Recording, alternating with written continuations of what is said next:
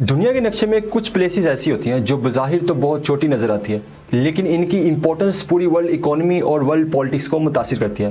انہی میں سے ایک انتہائی اہم سمندری راستہ اسٹریٹ آف ہارمز ہے۔ اگر کسی وجہ سے یہ راستہ کلوز ہو جائے تو نہ صرف تیل کی گلوبل سپلائی متاثر ہو سکتی ہے، بلکہ پوری ورلڈ اکانومی کو بھی شدید شوک لگ سکتا ہے۔ یہی وجہ ہے کہ یہ سمندری راستہ طویل عرصے سے ورلڈ پاورز اور ایکسپرٹس کی خاص اٹینشن کا مرکز بنا ہوا ہے۔ This is Muhammad Sulaiman and you are watching ground realities. اصل میں strait of Hormuz gulf of Fars اور گلف آف عمان کے درمیان واقع ایک تنگ مگر انتہائی اہم سمندری روٹ ہے۔ جغرافیائی طور پر ایک طرف ایران دوسری طرف عمان کے درمیان واقع ہے۔ اگر نقشے میں دیکھا جائے تو یہ راستہ زیادہ چوڑا نظر نہیں آتا، لیکن اس کی اسٹریٹجک امپورٹنس اتنی زیادہ ہے کہ اکثر اسے ورلڈ انرجی لائف لائن بھی کہا جاتا ہے۔ یہی وہ راستہ ہے جس کے ذریعے گلف اسٹیٹس کا تیل اور گیس دنیا کے مختلف حصوں میں پہنچتا ہے۔ جب اس راستے کی اکنامکس امپورٹنس کو دیکھا جائے تو اندازہ ہوتا ہے کہ ورلڈ میں استعمال ہونے والا 20% آئل اسی راستے کے ذریعے سے گزرتا ہے۔ مختلف انرجی رپورٹس کے مطابق روزانہ تقریباً 20 ملین بیرل آئل اس راستے سے گزر کے مختلف انٹرنیشنل مارکیٹس میں پہنچتا ہے۔ اس کا مطلب ہے کہ دنیا کی توانائی کی ایک بہت بڑی مقدار صرف تنگ سمندری راستے پہ ڈپینڈ کرتی ہے۔ یہ تیل زیادہ تر گلف اسٹیٹ جیسے سعودی عرب، عراق، کویت اور یونائٹڈ عرب امارات سے آتا ہے۔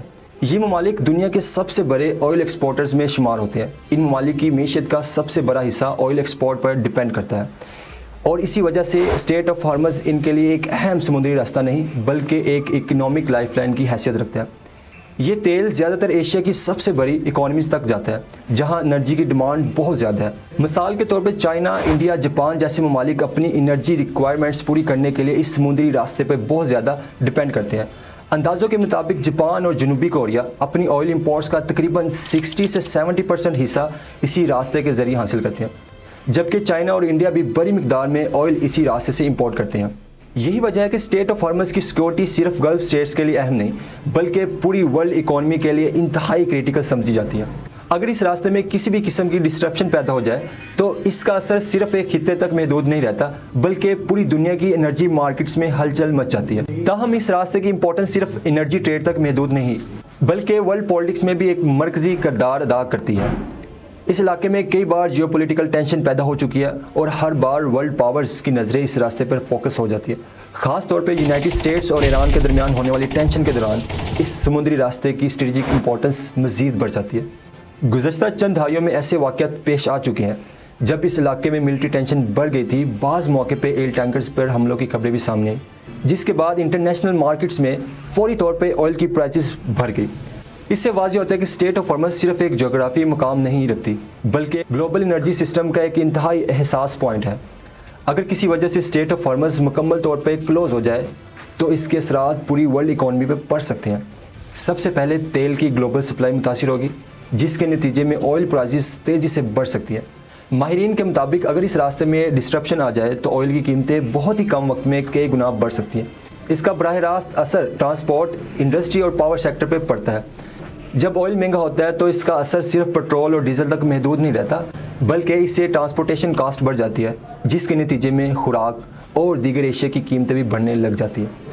اسی وجہ سے آئل کی قیمتوں میں اضافہ اکثر گلوبل انفلیشن کو بھی انکریز کر دیتا ہے۔ یہی وجہ ہے کہ ورلڈ پاورز اس راستے کو اوپن اور سیکیور رکھنے کے لیے مسلسل ایفرٹس کرتی رہتی ہیں۔ اسی مقصد کے لیے اس علاقے میں مختلف ممالک کی نیول فورسز بھی موجود رہتی ہے تاکہ سمندری رستوں کو محفوظ رکھا جا سکے۔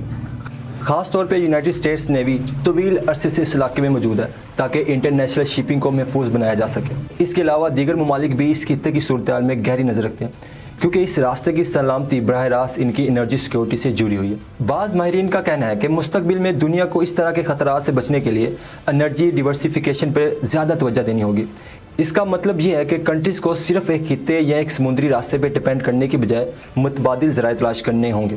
اسی لیے آج کل بہت سے ممالک رینیویبل انرجی جیسے سولر، ونڈ اور ہائیڈرو پاور پر بھی زیادہ سرمایہ کاری کر رہے ہیں تاکہ آئل پہ انحصار کم سے کم کیا جا سکے۔ لیکن اس سب کے باوجود حقیقت یہ ہے کہ موجودہ وقت میں دنیا کی بڑی اکانومیز ابھی بھی بڑی حد تک آئل اور گیس پہ ڈپینڈ کرتی ہے، اور اسی وجہ سے اسٹریٹ آف ہارمز کی اہمیت کم ہونے کے بجائے اب بھی بہت زیادہ ہے۔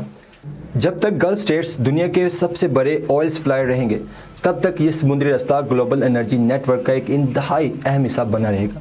آخر میں یہ کہا جا سکتا ہے اگرچہ اسٹریٹ آف ہارمز جغرافیائی لحاظ سے ایک نسبتاً نیرو سی روٹ ہے لیکن اس کی اسٹریٹجک اور اکنامک امپورٹنس بے حد زیادہ ہے۔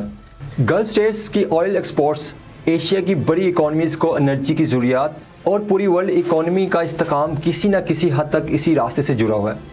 اس لیے اسٹیٹ آف ہارمز کو اکثر دنیا کی سب سے اہم میری ٹائم چوک پوائنٹس میں شمار کیا جاتا ہے۔ جب بھی اس علاقے میں ٹینشن بڑھتی ہے تو اس کے اثرات فوری طور پر گلوبل آئل مارکیٹ اور ورلڈ اکانومی میں محسوس کیے جاتے ہیں۔